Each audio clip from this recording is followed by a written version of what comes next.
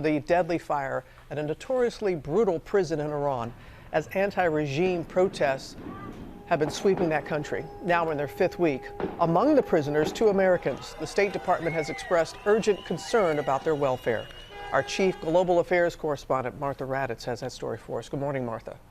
Good morning, Robin. This morning, families in Iran and here at home are desperate for information about loved ones inside the Evin prison, many of them political prisoners and protesters who have been standing up to Iran's repressive government. The fire was massive. This video, posted by local activists, recording the explosions and volleys of gunfire reverberating from the hillside prison above Iran's capital. Iran's government allowing state TV to see the charred aftermath, saying 8 prisoners, who they described as robbery suspects, were killed and more than 60 suffering smoke inhalation. The Iranians blaming a fight between prisoners for the blaze, but with restrictions on the reporting, it is nearly impossible to know the extent of injuries or the cause. Among the thousands of prisoners inside, Iranian-American businessmen Siamak Namazi and Imad Sargi, both accused of spying. This morning, their families saying the 2 men have reportedly been moved to a secure area in the prison and are safe. The State Department making clear Iran is responsible for their safety and are following reports from Evin prison with urgency.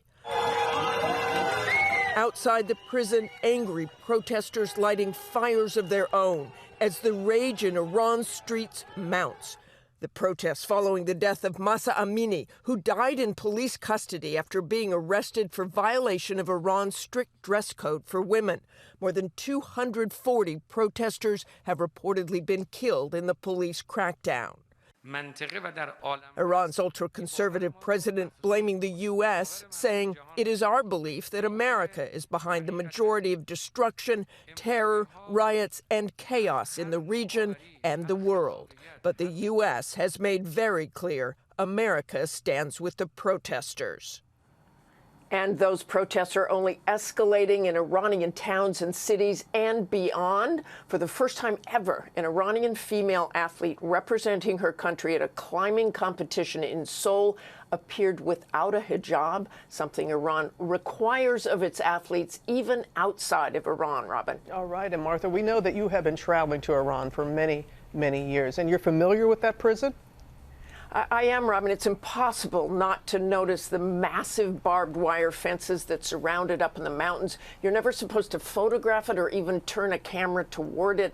And of course, the stories from inside over the years are truly frightening, which makes these protests even more courageous, Robin. It really does. Always appreciate your reporting, Martha. Thank you.